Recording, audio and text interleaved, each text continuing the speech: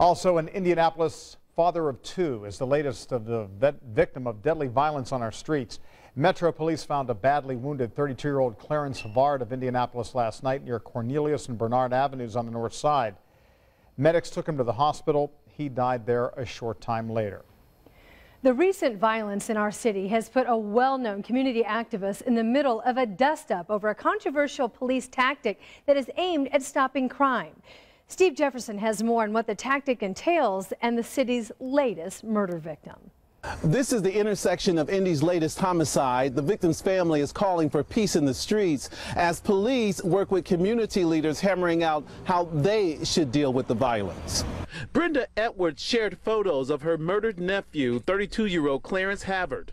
Officers found Havard, a city employee, shot Wednesday night around 10 at Cornelius and Bernard Avenue, now marked with balloons in his memory.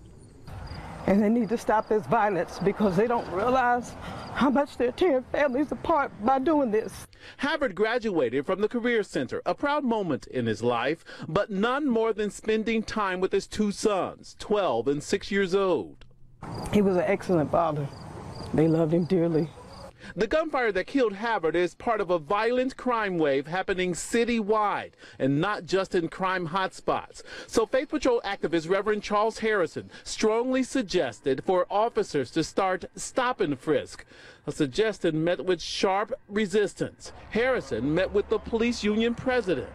But we would not support a method where our officers would just randomly stop people and pat them down to see if they had a gun on them. I feel a whole lot better now that there are other ways to address my concerns without stop and frisk. Harrison and Snyder will continue to brainstorm ways to address Indy's violence for more peace in the streets.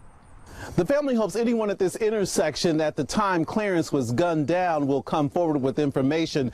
If you can help, call Crime Stoppers. The telephone number is 262-TIPS. Back to you in the studio. All right, thank you.